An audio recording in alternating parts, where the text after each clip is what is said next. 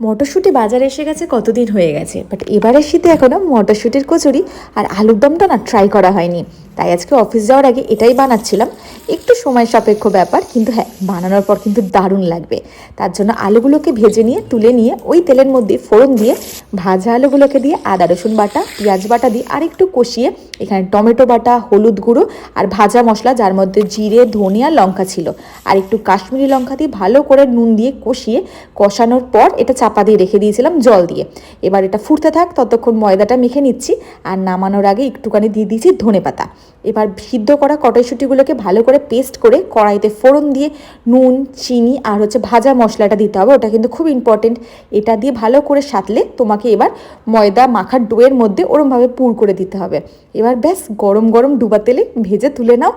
যা লাগবে না তোমার এই কম্বিনেশনটা! আর শীতকালে এমন কোনো বাঙালি নেই যে এই কম্বিনেশনটা কিন্তু